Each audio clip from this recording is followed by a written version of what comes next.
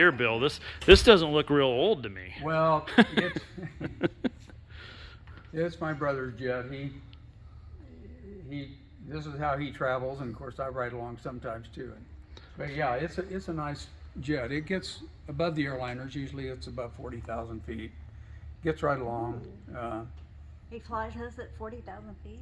Yeah, and so it gets you up above the weather most of the time. A lot of times we're flying along at 41,000 feet, and the airliners are at 35,000, 36. Oh, really? And it's really bumpy here. It seems to be like a magic number of being above 40,000. Things are a lot smoother up there, but it gets right along. How fast? It's a 0.72 Mach, so it's not as fast as the airliner, but close. I think it's about 2 hours and 10 minutes to Sitka, and it's about 2 hours, maybe an hour and 55 in the airliner. So 10-15 minutes difference than an airliner speed. So what would the speed be about?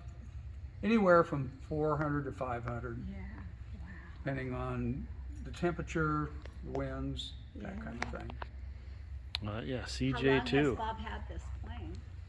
Oh, when Few did he years. get it, hon? Do you remember? I don't remember. It's been a few years now. It's been 4 or 5 years for sure. Yeah. And what do you get for range? Well, it's if you have a little bit of a tailwind, you can make like Chicago, but that'd be pushing it. Yeah. Coming this way, you usually have to stop if you're leaving the Midwest. So you're looking. It depends on the winds, but roughly 1,600 miles, 1,700 miles, kind of a thing. Yeah. But they go nonstop to Palm Springs a lot, and nonstop to Sitka, Alaska a lot. That's no problem. Oh, wow. Yeah. Beautiful. It's a great way to travel. I'm sure, talk about a difference in airplanes. So, Well, right beside it's the other end of the spectrum over there. I know I can see that peeking through the windows. Yeah.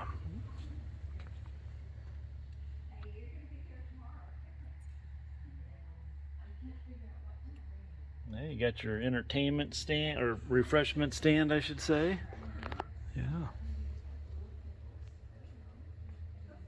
There you go, folks. There's some variety.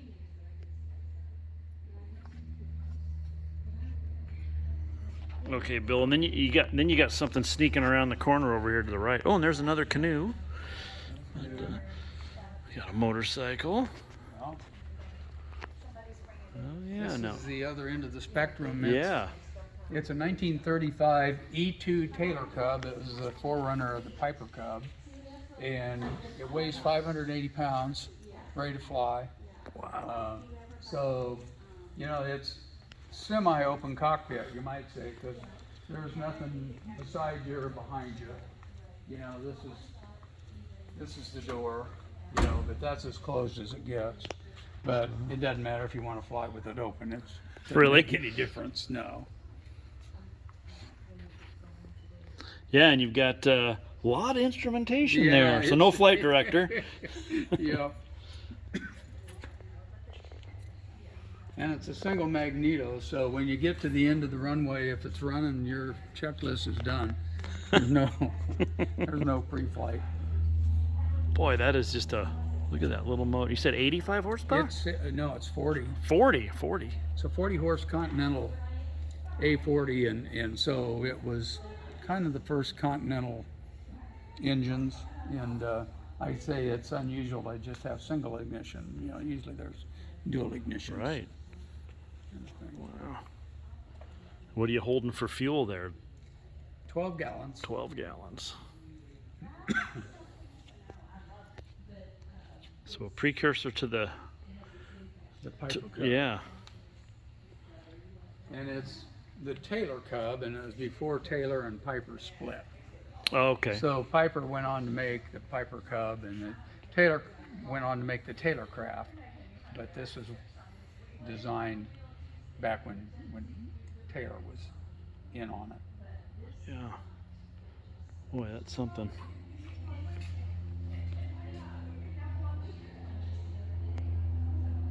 Aileron cables. If you ever want to wonder how If you wanted to wonder how these work.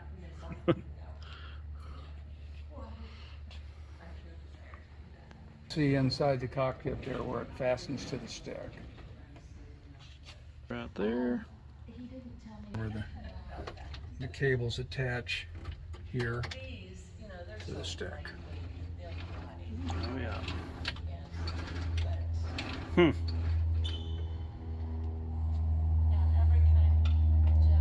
When you're looking at something like this, and then you've got the CJ2 behind you, you know, Yeah. and so and they all kind of do the same thing. They fly. Yeah, they do.